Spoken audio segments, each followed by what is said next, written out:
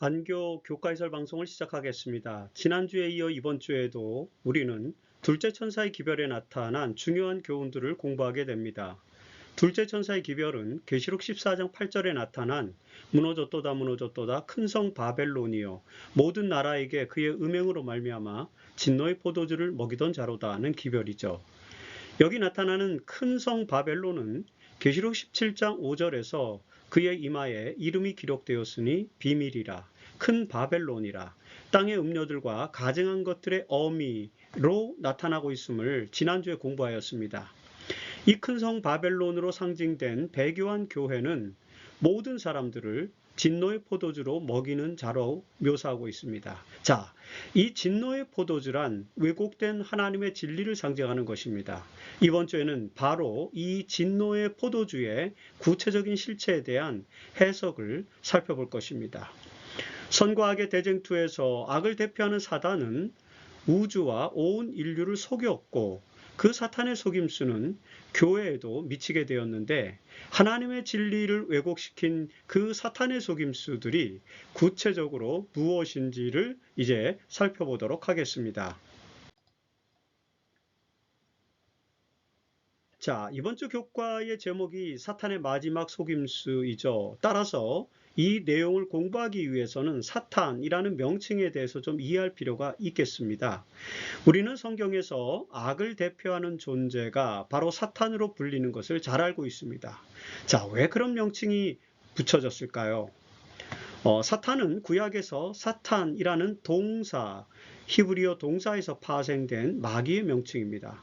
스가랴서 3장 1절에 보면 사탄은 그의 오른쪽에 서서 그를 대적하는 것을 여호와께서 내게 보이시니라는 그런 표현이 있는데 바로 여기서 사탄은 대적하는 자를 의미하며 이 대적하는 자라는 단어가 역시 사탄입니다. 두 히브리어 단어가 동일한 단어임을 확인할 수 있죠.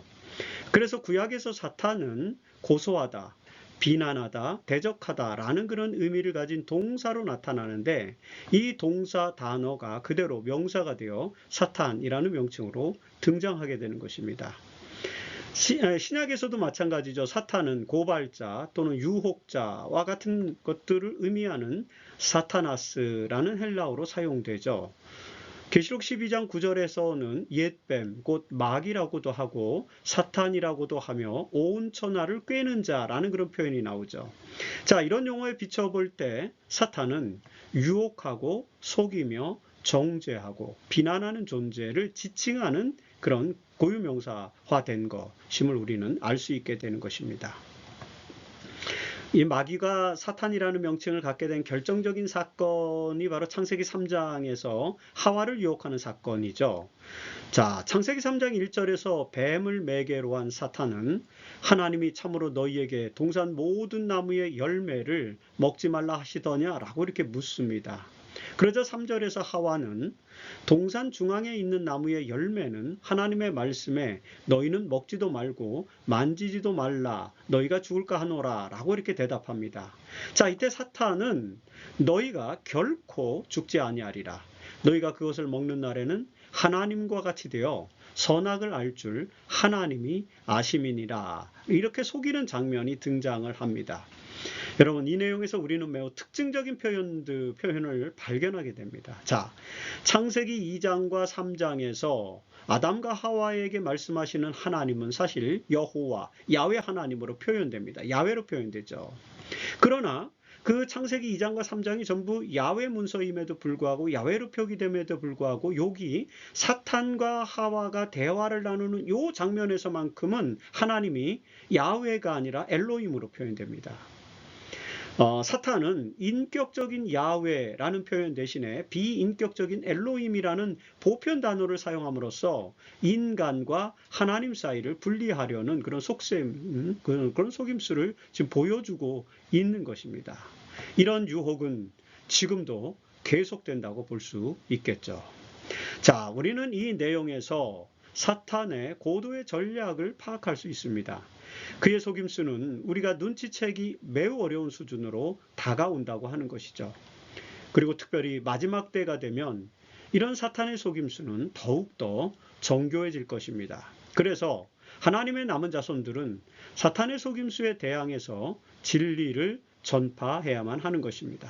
자, 그래서 이번 주 기억절인 요한복음 17장 17절에 보면은 그들을 진리로 거룩하게 하옵소서, 아버지의 말씀은 진리니이다 라는 말씀이 있는데, 이 말씀이 이번 주 우리의 교과에서 매우 중요하다는 사실을 우리는 인식할 수 있게 됩니다. 우리는 기독교 종말론에서 종말의 징조와 관련된 예언들을 접하게 되죠. 그 종말의 징조 중에 하나는 사람들을 미혹하는 세력이, 악의 세력이 등장한다는 것입니다. 자, 마지막 날의 징조에 대해서 설명하면서 예수께서는 마가복음 13장 22절에서 거짓 그리스도들과 거짓 선지자들이 일어나서 이적과 기사를 행하여 할 수만 있으면 택하신 자들을 미혹하리라는 그런 예언이 나타나죠. 여러분, 마지막 때가 이를수록 사탄의 미혹은 더욱더 심각해질 것인데, 그것은 바로 거짓 그리스도들과 거짓 선지자들을 일으키는 방식으로 이루어진다는 것입니다. 그래서 우리는 마지막 때가 될수록 사탄이 자신의 존재를 숨기고 택하신 자들을 미혹하게 할 것이라는 내용을 성경에서 자주 읽게 되는 것입니다. 자, 고린도 후서 11장 14절에서 바울은 이것은 이상한 일이 아니니라 사탄도 자기를 광명의 천사로 가장하나니라는 권면을 읽게 되죠. 그리고 데살로니가 후서 2장 9절로 10절에서 또 바울은 마지막 때에 사탄의 활동을 따라 모든 능력과 표적과 거짓 기적과 불의의 모든 속임으로 멸망하는 자들에게 있으리니 라는 그런 권면을 우리는 읽게 됩니다. 자, 이런 말씀들은 사탄이 택하신 자를 미혹하기 위해서 모든 속임수를 동원할 것이라는 사실을 우리가 이해할 수 있게 해주는 것입니다. 서론에서 언급한 것처럼 사탄은 속이는 자이기 때문이죠. 계시록 12장 9절에서 다시 읽자면 그 존재는 예뱀, 곧 마귀라고도 하고 사탄이라고도 하며 온천하를 꿰는 자라는 것입니다. 자, 이 속이는 자 사탄은 하늘의 천사들을 속였고요. 그리고 하와를 속였고, 그리고 이제는 모든 인류들을 속이는 자로서의 역할을 하게 됩니다. 그래서 그의 명칭이 사탄이 되었다는 사실을 서론에서 살펴보았죠. 자, 우리는 이런 사탄의 역할에 대해서 잘 알아야 하며, 특별히 마지막 때일수록 이런 현상이 가속화될 것이므로 근신해야 한다는 사실을 또 발견하게 됩니다. 그래서 베드로전서 5장 8절에서 근신하라 깨어라 너희 대적 마귀가 우는 사자같이 두루 다리며 삼킬 자를 찾나니 라고 강력하게 권고하는 것입니다. 마지막 때에 우리가 근신하는 방법, 그것은 진리의 길을 따라 사는 것이겠죠. 그래서 잠언 14장 12절에 보면 어떤 길은 사람이 보기에 바르나 필경은 사망의 길이니다라는 그런 권면을 우리에게 하고 있거든요. 자, 우리는 지금 우리가 가고 있는 길이 옳은 길인지 아니면 사망으로 가는 길인지를 잘 분별해야 합니다. 그렇다면 그것을 분별하는 방법은 무엇일까요? 예수께서는 마태복음 7장 14절에서 생명으로 인도하는 문은 좁고 길이 협착하여 찾는 자가 적음이라는 그런 권면을 주시고 있습니다. 자, 우리는 많은 사람들이 선택하는 넓은 문 또는 큰 길, 그런 것이 아니라 생명으로 인도하는 진리의 좁은 길 또는 좁은 문으로 들어가야 한다는 그런 말씀입니다. 그것이 마지막 시대에 사탄의 속임수가 더욱더 정교해질 때 그 속임수를 분간하고 거짓 그리스도와 거짓 영의 실체를 분간할 수 있는 영적인 안목을 가질 수 있게 하는 방식이다라고 이해할 수 있습니다. 엘렌 화이트는 마지막 시대의 유혹을 피할 수 있는 방법을 각 시대의 대쟁투 593페이지에서 또 이렇게 권고합니다. 사탄은 지금 그리스도와 그분을 따르는 사람들을 대적하는 마지막 싸움에 혼신의 힘을 발휘하고 있다. 그 큰 기만이 미구에 우리 앞에 공개될 것이다. 거짓 그리스도는 우리의 눈앞에서 놀라운 이적을 행할 것이다. 거짓 것이 참 것과 너무도 유사할 것이므로 성경으로밖에는 그것들을 분간할 수 없을 것이다. 성령의 증언에 의하여 모든 말과 모든 이적이 시험을 받아야 할 것이다. 자, 여러분, 이 권면의 말씀에서 우리가 주목해야 할 내용이 있습니다. 마지막 때가 될수록 사탄의 기만과 속임수는 점점 더 정교해질 것이기 때문에 우리는 그것을 참된 것과 비교하기가 점점 더 어려워질 것이라는 것이죠. 그래서 우리에게는 성령의 분별력, 성령의 능력이 필요하다는 것입니다. 우리는 성령의 능력으로 그 속임수를 분간할 수 있을 것입니다. 그래서 성령을 통해서 올바른 선택과 판단을 하는 우리가 되기 위해서 준비해야 된다는 사실을 이 말씀을 통해서 우리는 또 생각해 볼 수 있게 되는 것입니다. 사탄의 기만 중에서 우리가 주목해야 할 가장 중요한 내용은 무엇일까요?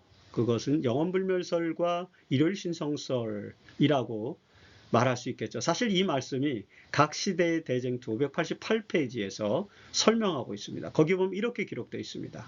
사탄은 두 큰 오류, 영혼불멸설과 일요일신성설을 통하여 사람들을 그의 기만 아래 들어오게 할 것이다 라고 기록되어 있습니다. 자, 이 두 기만의 내용은 계시록의 예언에서 중요한 축을 이루고 있고요. 그리고 세 천사의 기별에서도 중요한 개념으로 나타나게 됩니다. 자, 그 중에서 가장 먼저 등장한 사탄의 기만은 영혼불멸설이라고 볼 수 있겠습니다. 이미 서론에서 언급한 것처럼 사탄은 에덴 동산에서 하와를 유혹할 때 이 이론을 전면에 부각시켰습니다. 자, 창세기 3장 4절에서 사탄은 너희가 결코 죽지 아니하리라. 너희 눈이 밝아져 하나님과 같이 되어 라는 선언을 하게 되죠. 하와는 이 속임수에 넘어갔고요. 선악과를 먹음으로써 하나님께 불순종하는 죄를 범하고 말았습니다. 여러분, 이런 기만은 인류 역사를 통해서 계속되었죠. 사무엘상 28장 7절에서 우리는 사울 왕이 신하들에게 이르되 나를 위하여 신접한 여인을 찾으라고 명령하는 내용을 읽게 되는데요. 자, 사울은 엔돌에 신접한 여인을 만나서 죽은 사무엘의 영을 불러내는 불경을 저지르게 되었습니다.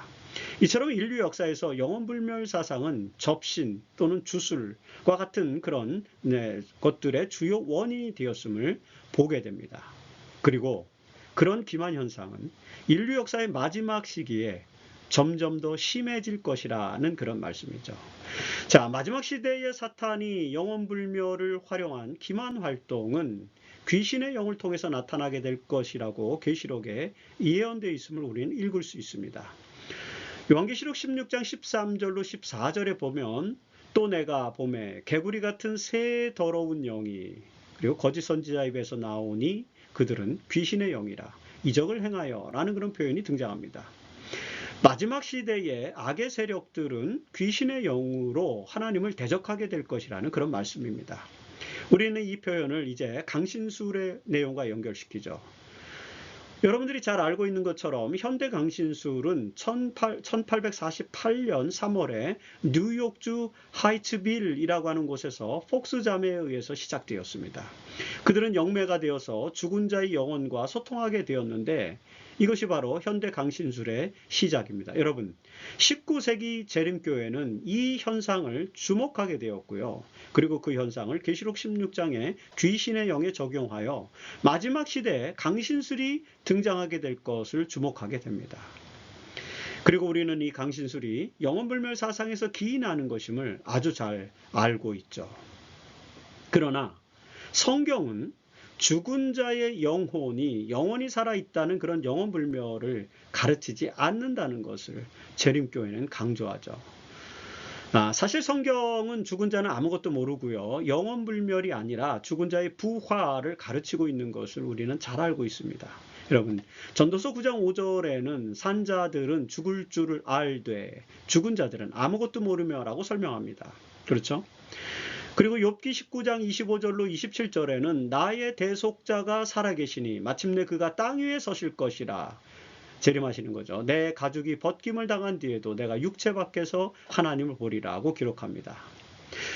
사실 이 말씀 여기서 육체 밖에서 하나님을 보리라는 이 표현은 자칫 영혼불멸을 설명하는 것처럼 보여지죠. 하지만 이 표현은 잘못 번역된 것입니다. 왜냐하면 여기 육체 밖에서라는 단어는 히브리어로는 미바사리라고 하는 단어입니다. 미바사르 이런 단어인데 바사르라고 하는 단어가 이제 변형된 바사리라고 하는 그런 표현인데 이 미바사리라는 표현은 육체 안에서로 번역하는 것이 정확한 번역입니다. In my flesh이죠. 그래서 NIV 성경이나 킹 제임스 버전 영어 성경에서는 다 in my flesh로 번역되어 있습니다. 밖에서 아니라 육체 밖에서가 아니라 육체 가운데서 육체 안에서 이제 보겠다라는 그런 표현인 거죠. 자, 그래서 이 말씀은 영혼불멸을 지지하지 않고 오히려 죽음 이후에도 그리스도의 재림 시에 부활한 육체로 하나님을 볼 것이라는 그런 표현입니다. 강력한 표현이죠. 우리 한글 성경이 잘못 번역돼서 마치 이것이 영혼불멸을 지지하는 성경처럼 읽히고 있는 것이 문제인 것입니다. 그리고 여러분, 우리가 지금 공부하고 있는 계시록 14장 13절의 내용에도 보면은요, 주 안에서 죽는 자들은 복이 있도다. 그쵸? 그들이 수고를 그치고 쉬리니, 죽음으로써 쉰다는 거죠. 예수님의 재림 때 부활하기 전까지 무덤에서 쉰다는 그런 표현을 또 해주고 있는 것입니다. 이처럼 죽음은 잠자는 것이고 쉬는 것이며 그 후에 부활이 있을 것임을 알려주는 이런 여러 말씀들을 우리는 보게 됩니다. 그리고 여러분, 요한복음 11장 24절에서 마르다는 그의 오라비의 상태, 이 나사로의 상태에 대해서 예수님께 설명하면서 이렇게 말하죠. 마지막 날 부활 때에는 내 오라비 나사로가 다시 살아날 줄을, 부활할 줄을 내가 아나이다 라는 그런 고백입니다. 여러분, 바로 이 고백에서 우리는 죽은 자의 부활 신앙을 확고하게 이해할 수 있는 것입니다. 따라서 성경은 영혼불멸이 아니라 죽은 자의 부활을 가르치고 있다는 사실을 깊이 인식할 필요가 있습니다. 이러한 부활신앙이 있으면 영혼불멸에 기반하고 있는 강신술의 유혹과 속임수를 우리는 넉넉히 이길 수 있을 것이라는 것입니다. 영혼불멸 사상에 이어서 사탄의 두 번째 대표적인 속임수는 바로 일요일 신성설이라는 점을 주목할 필요가 있죠. 자, 영혼불멸의 사상이 에덴 동산으로부터 시작되는 오래된 역사를 가지고 있는 것만큼이나 일요일 신성설의 근원도 사실 추적해보면 매우 오랜 역사를 가지고 있습니다. 그 이유는 일요일 신성설이 고대 태양 숭배에서 기인하는 것이기 때문이라는 것입니다. 자, 인류 역사에서 태양을 숭배하는 사상은 이미 고대 수메르 문명과 이집트 문명에서부터 등장하고 있습니다. 마르치아 엘리아데라고 하는 종교 인류학자, 그 이후로 탁월한 종교 인류학자로 알려진 제임스 프레이저라고 하는 사람은 자연숭배라는 책에서 이렇게 말했습니다. 거기 고대 바벨론에서는 태고부터 태양을 숭배했다. 이 자연숭배 529페이지에 나오는 말입니다. 고대 바벨론에서는 태고부터 태양을 숭배했다. 라고 이렇게 밝힙니다. 고대 이집트에서도요, 제5왕조 시대인 기원전 약 2500년경부터 헬리오폴리스에서 태양신인 라를 숭배하는 그런 내용들을 우리는 읽을 수 있습니다. 이처럼 태양숭배는 고대 근동 지방에서 매우 유행하던 그런 종교적인 풍습이었음을 우리는 알 수 있습니다. 그런데 구약에서도 이스라엘 백성들이 이런 고대 근동의 태양신 숭배의 영향을 받았음을 보여주는 기록들이 나타나는 거죠. 자, 에스겔서 8장 16절에는요. 여호와의 성전 문, 곧 현관과 제단 사이에서 약 25명이 여호와의 성전을 등지고 낯을 동쪽으로 향하여 동쪽 태양에게 예배하더니 라는 그런 설명이 나오는데, 이런 설명을 통해서 우리는 태양 숭배가 여호와의 전에서도 구약시대의 이스라엘 백성들 사이에서 이루어지고 있음을 설명해 주는 것입니다. 열왕기하 25장 11절에 보면요, 요시야 왕이 개혁을 하는데, 그 요시야 왕이 개혁할 때 유다 여러 왕들이 태양을 위하여 드린 말들을 제하여 버렸다라는 그런 또 기록이 등장하거든요. 자, 이런 기록들은 분열왕국 시대에 이스라엘 백성들이 태양신을 숭배하는 이교의 풍습에 영향을 받고 있었다는 사실을 분명하게 인식하게 해주는 것입니다. 자, 바벨론 시대에 시작된 이 태양신 숭배와 같은 이교 풍습은 유대교뿐만 아니라 또 기독교에도 유입이 되죠. 그래서 여러분 계시록 17장 4절에는 이 바벨론이라는 이름을 가진 이 여자가 금잔을 가졌는데 그 금잔 안에는 가증한 물건, 가증한 교리들이죠. 과 그의 음행에 더러운 것들, 이것도 뭐 하나님을 배교하는 하나님의 진리를 왜곡시킨 그런 표현들이지 않습니까? 그런 것들이 가득하더라고 이렇게 묘사됩니다.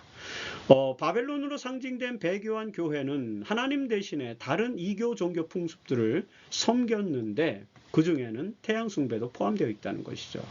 자, 이 태양숭배가 기독교에 유입된 것은 바로 로마 시대임을 우리는 잘 알고 있습니다. 특별히 서기 321년에 로마의 황제 콘스탄티누스가 로마에서 일요일 법령을 제정하게 됩니다. 그런데 여러분 그 칙령에 보면 이렇게 돼 있어요. 존엄한 태양의 날에 일요일을 그렇게 표현하는 거죠. 행정관들과 도시에 거주하는 사람들은 쉬게 하고 모든 작업장을 닫게 하라 라는 그 이제 법령을 반포하죠.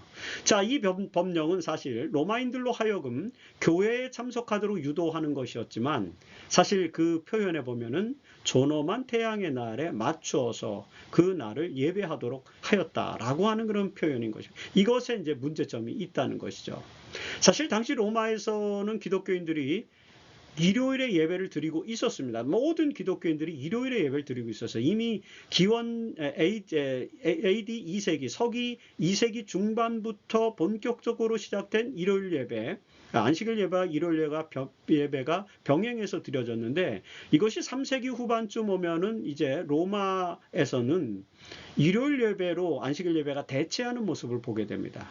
그러니까 이 4세기 초 321년에 콘스탄티누스는 일요일에 예배를 드리는 기독교인들처럼 존엄한 태양의 날에 로마 사람들이 교회에 가서 예배당에 가서 예배를 드리도록 하기 위해서 그 명령을 내린 것입니다. 그 법령을. 바로 그들은 그것이 그래서 당시의 그리스도인들은 이 일요일 예배를 드리도록 한 일요일 법령이 태양 숭배와 같은 이교적 풍습과 접목된 것이라는 사실을 인지하지 못했던 것 같아요. 사실 그들은 그 태양 숭배일과 기독교 예배일을 신학적으로 조화시키려고 노력합니다. 예를 들어서 예수는 세상의 빛이시기 때문에 예수님은 태양, 그 태양은 곧 예수를 상징하기 때문에 태양의 날, 존엄한 태양의 날, 그건 예수님의 날이다. 이렇게 해서 태양신 숭배일인 일요일을 예수를 예배하는 예배일, 부활을 기념하는 예배일과 일치시키는 방식을 통해서 이제 그들이 일요일 예배를 이제 강화하게 된 것입니다. 결국 이런 타협으로 인해서 일요일 예배는 보편화되었고요. 그리스도인들은 참된 예배일인 안식일을 잊어버리게 된 것입니다. 자, 우리는 이것이 사탄의 속임수라는 사실을 이해해야 한다는 것입니다. 계시록 17장에서 붉은빛 짐승을 탄 이 여자는 결국 짐승의 표가 되는 일요일 신성성을 강조하게 될 것이고 그것이 결국에 와서는 선과 악의 대쟁투의 핵심 쟁점이 된다는 사실을 초창기 재림교인들은 계시록의 예언에서 읽게 되었습니다. 우리는 이 예언을 통해서 일요일 예배가 영원불멸 사상만큼이나 사탄의 오랜 속임수의 결과물임을 이해하는 그런 영적인 안목을 가질 필요가 있다는 것을 깨달아야 하는 것입니다. 그러면 사실 대부분의 사람들은 기독교 일요일 예배가 이런 역사적 배경과 예언적 배경을 가지고 있다는 것을 모르고 있죠. 그만큼 사탄의 속임수는 매우 체계적으로 구축되어 있고요. 오늘날에는 이제 그 실체를 분간할 수 없을 만큼 완벽한 속임수가 되고 있다는 사실을 또 우리는 기억해야 되는 것입니다. 그래서 우리는 이런 상황에서 하나님의 예언의 말씀에 더 집중하면서 이 사탄이 일요일 신성성을 토대로 해서 인류를 기만하고 속이고 있다는 사실을 드러내는 그런 새 천사의 기별을 전파해야 한다는 것을 생각해 볼 수 있는 것입니다. 사탄은 이교 종교 그리고 세속적 정치가 그리고 배교한 교회 지도자들을 통해서 자신의 속임수를 이제 지속적으로 이어가고 있죠. 자, 계시록에서는 그 사탄의 대리자를 바벨론으로 규정합니다. 계시록 17장 5절에서 그의 이마에 이름이 기록되었으니 비밀이라 큰 바벨론이라 땅의 음녀들과 가증한 것들의 어미라고 묘사되는 장면, 우리가 이 말씀을 여러 번 읽었습니다. 자, 우리는 사탄의 기만과 속임수를 고도화시키는 세력이 바로 바벨론으로 상징되고 있음을 알게 되는 것입니다.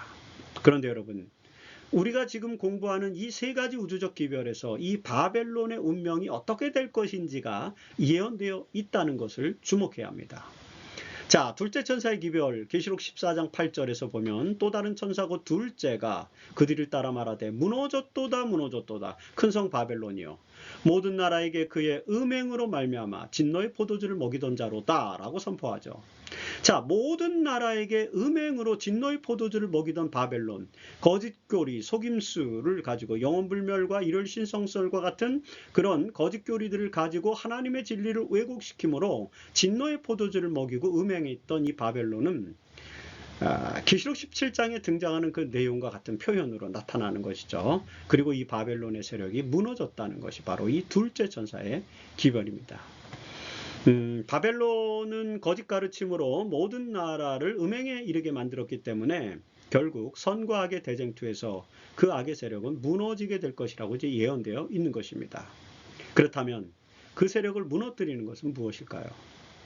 자, 거짓을 무너뜨리는 것, 그것은 뭡니까? 참입니다. 진리이죠.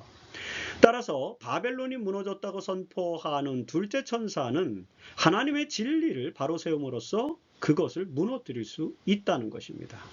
그래서 이번 주 교과의 기억절인 요한복음 17장 17절에서 예수는 그들을 진리로 거룩하게 하옵소서 아버지의 말씀을 진리니이다 라고 가르친 것입니다. 바벨론을 무너뜨리기 위해서 둘째 천사는 진리로 거룩하게 되어야 한다라고 정리할 수 있겠죠. 다시 말해서 진리를 올바로 세워야 한다는 그런 말씀인 것입니다. 하나님의 남은 자손들은 바벨론이 무너졌음을 선포하고요. 그리고 하나님의 진리로 거룩하게 되기 위해서 이제 어떤 행동을 해야 되는 것이죠. 그것이 계시록 18장 4절의 메시지입니다. 자, 계시록 18장 4절도 우리가 여러 번 읽었지만 또다시 읽어보면 내 백성아 거기서 나와 그의 죄에 참여하지 말고 그가 받을 재앙들을 받지 말라라는 그런 선포입니다. 자, 이 말씀은 이제 계시록 14장 8절에서는 바벨론이 무너졌다라는 기별까지 있지만 계시록 18장 4절에서는 이제 그 무너진 바벨론에서 나오라는 그런 기별인 것이죠. 바벨론에서 나온다는 것은요, 그의 음행의 죄와 그의 진노의 포도주에 참여하지 말라는 그런 호소와 연결되는 것이죠. 여러분, 이 세 천사의 기별이 전파되던 때인 19세기 중반에 하나님께서는 안식일 준수 재림 신도들을 세우시고 이 기별을 전파하게 하셨습니다. 특별히 그들이 하나님의 말씀에 의거해서 발견한 핵심 진리는 안식일 신앙이었죠. 자, 이런 남은 자손들의 진리에 대한 깨달음, 즉 안식일 신앙을 깨닫고 그것이 결국에는 사탄의 속임수 바벨론의 세력을 멸하는 그 거짓을 제압하기 위해서 참을 드러내는 그런 진리에 대한 깨달음이라는 사실, 이것과 이런 내용들이 연관된 기별이 바로 에스겔서의 기별입니다. 에스겔 선지자는 이스라엘 장로들에게 야훼 하나님의 말씀을 전하면서 안식일이 하나님과 이스라엘 백성 사이의 표징이 된다는 사실을 강조하고 있죠. 여러분 잘 아시는 에스겔서 20장 12절에서 하나님은 내가 그들을 거룩하게 하는 여호와인지를 알게 하려고 내 안식일을 주어서 그들과 나 사이의 표징을 삼아놓으라는 말씀을 하십니다. 자, 여러분 에스겔서 20장 16절에 보면 하나님은 이스라엘이 마음으로 우상을 따라 나의 규례를 업신여기며 나의 안식일을 더럽혔음이라고 이렇게 말씀하십니다. 자, 이 말씀에서 우리는 이스라엘이 우상 숭배에서 나오는 길이 바로 안식일을 거룩하게 지키는 것임을 알게 됩니다. 그래, 이런 말씀은 마지막 시대에 바벨론에서 나오는 것과도 연결된 것입니다. 자, 바벨론은 이교의 풍습으로 하나님의 진리를 왜곡시켰기 때문에 그곳에서 나오는 방법은 안식일을 거룩하게 지키는 것으로 이해할 수 있다는 것이죠. 우리는 이교 풍습에서 나오기 위해서 안식일을 거룩하게 지킴으로써 창조주를 경배하는 충성된 신앙을 드러내야 하는 것입니다. 결국 바벨론에서 나오라는 이 기별은 안식일을 통해 창조주를 경배하고 충성하도록 부르시는 부르심과 연결된다는 사실을 우리는 알게 되는 것입니다. 그리고 마지막 시대를 살아가는 우리는 이 부르심, 즉 바벨론에서 나오라는 부르심에 대해서 주목해야 하는 것이죠. 자, 다시 한번 읽어볼까요? 계시록 18장 4절에 내 백성아 거기서 나와 그의 죄에 참여하지 말고 그가 받을 재앙들을 받지 말라는 것이죠. 여러분, 이 명령에 순종하는 것, 그것이 굉장히 중요한데 그 명령에 순종하기 위해서는 하나님에게로부터 우리가 은혜를 받아야 된다라고 하는 것이 목요일 소지의 내용입니다. 자, 이 내용에서 우리는 우선 세 가지 점을 생각해 볼 필요가 있습니다. 첫째, 거기서 나와 라는 이 명령은 구체적으로 무엇을 말하는 것인지를 생각해야 합니다. 자, 우리가 나와야 할 것은 영적 바벨론, 즉 진리가 아닌 배교의 상황을 말하는 것이죠. 계시록 18장 2절에는 바벨론이 귀신의 처소와 각종 더러운 영이 모이는 곳과 각종 더럽고 가증한 새들이 모이는 곳이 되었도다라고 선언하죠. 자, 우리가 나와야 할 곳은 바로 이곳, 즉 각종 더러운 영이 모이는 곳입니다. 거기서 나와야 된다는 거죠. 어떻게 해요? 요한복음 16장 13절에는 진리의 성령이 오시면 그가 너희를 모든 진리 가운데로 인도하시니라는 그런 말씀이 있습니다. 자, 그리스도인들이 이 진리의 성령을 따라서 신앙생활을 사는 것, 그것이 바로 이 각종 더러운 영이 모이는 곳에서부터 나오는 것이라고 말씀드릴 수 있겠죠. 여러분, 사탄은 더러운 영으로 지금 세상을 왜곡시키게 됩니다. 그리고 우리는 그런 상황에서 벗어나야 합니다. 그렇게 하기 위해서는 진리의 성령을 마음에 모시고 살아야 된다라고 하는 것이죠. 그렇게 할 때에 우리는 각종 더러운 영이 모이는 곳에서부터 벗어날 수 있다는 것입니다. 그리고 둘째, 그의 죄에 참여하지 말아야 한다는 것이죠. 자, 계시록에서는 바벨론의 죄를 음행이라고 설명하고 있습니다. 그리고 계시록 18장 3절에 보면은 그 음행의 진노의 포도주로 말미암아 만국이 무너졌으며 또 땅의 왕들이 그와 더불어 음행하였으며라고 이렇게 예언하죠. 자, 바벨론의 죄는 음행의 포도주인데 그것은 뭐 당연히 진리를 왜곡시켜서 하나님을 떠나 다른 것들을 섬기게 하는 그런 오류들을 말하는 것이겠죠. 뭐 구약에서는 이를 우상숭배라고 단정짓습니다. 그렇게 표현하지만 오늘 우리 시대에는 뭐 우상숭배 이런 표현보다는 진리가 아닌 오류를 말하는 것으로 이해하는 것이 적합하겠죠. 여러분, 우리가 참여해서는 안 되는 죄는 바로 진리를 왜곡시키는 오류, 거기에 참여하지 말라는 그런 권면이라는 것입니다. 자, 마지막 때 선포되는 이 세 가지 우주적 기별에서 오류는 이런 것들이죠. 창조주를 부인하는 것, 그 다음에 안식일을 지키지 않는 것, 예수에 대한 믿음을 허무는 것, 그리고 예수의 증거를 무시하는 것 같은 그런 것들이라고 볼 수 있습니다. 이것이 계시록 12장 17절, 계시록 14장 6절로 12절에 나오는 그런 말씀들입니다. 이런 오류들은 모두 진노의 포도주이고요. 그로 인해서 하나님의 진리에서 벗어나 영적 음행에 참여하게 만드는 것들입니다. 마지막 시대에는 이런 현상이 만연할 것이기 때문에 하나님의 남은 자손들은 그런 죄에 참여하지 말라는 기별, 이것이 강조되고 있는 것이죠. 자, 그리고 셋째, 그가 받을 재앙들을 받지 말라는 그런 말씀이죠. 계시록 18장 8절에 보면 그 재앙들이 이르리니 그 재앙은 곧 사망과 애통함과 흉년이라. 그가 또한 불에 살라지리니 그를 심판하시는 주 하나님은 강하신 자이심이라는 예언이 나옵니다. 자, 바벨론의 죄, 즉 오류에 참여한 자들, 그래서 영적 음행에 빠져 진리를 떠난 사람들은 재앙을 받게 되는데 그 재앙은 바로 사망과 애통함과 심판과 같은 것이라는 거죠. 하나님의 자녀들은 이 궁극적 집행심판에 참여하지 않기 위해서 바벨론에서 나와야 합니다. 그리고 이 바벨론에서 나오라는 음성에 순종하는 사람들은 구원의 큰 은혜에 참여하게 될 것임을 우리는 또 알게 되는 것이죠. 그리고 특별히 우리가 하나님의 음성에 순종하는 것은 사실은 하나님의 은혜의 결과라는 사실도 이 교과의 저자 마크 펜니 목사는 밝히고 있습니다. 자, 로마서 1장 5절에 보면 우리가 은혜와 사도의 직분을 그 은혜를 받았는데, 사도의 직분과 은혜를 받았는데 모든 이방인 중에서 믿어 순종하게 하나니라고 이렇게 말씀하죠. 자, 우리가 순종할 수 있는 것은, 믿음으로 순종할 수 있는 것은 하나님의 은혜를 받았기 때문이라는 그런 말씀으로 해석할 수 있는 것입니다. 여러분, 이것이 목요일 소지에서 우리가 기억해야 될 중요한 교훈입니다. 그리고 이 은혜를 통해서 순종의 생애를 살 수 있게 된 충실한 하나님의 백성들은 이 기별, 즉 바벨론에서 나오라는 기별을 전파하여 다른 사람들도 그 구원의 대열에 참여할 수 있도록 도와야 한다는 것입니다. 이것이 바로 세 가지 우주적 기별, 즉 세천사의 기별에서 우리가 수행해야 될 중요한 사명이라는 것을 우리는 기억할 수 있습니다.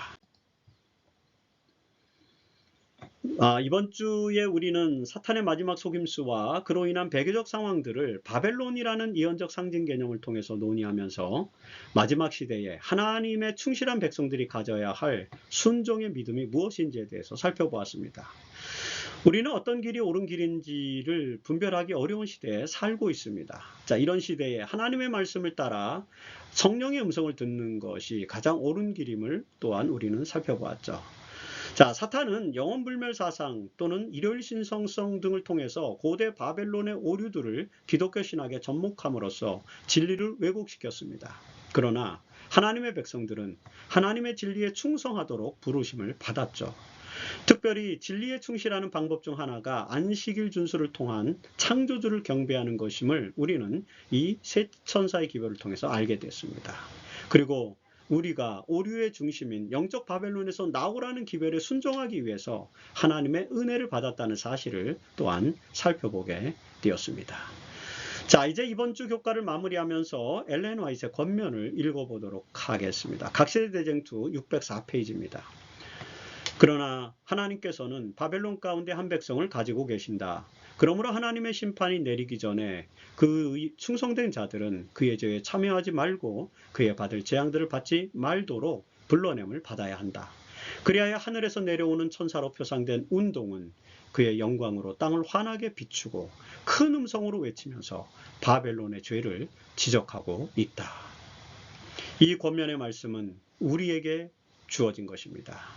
우리는 둘째 천사의 기별을 외치는 하나님의 남은 자손들입니다.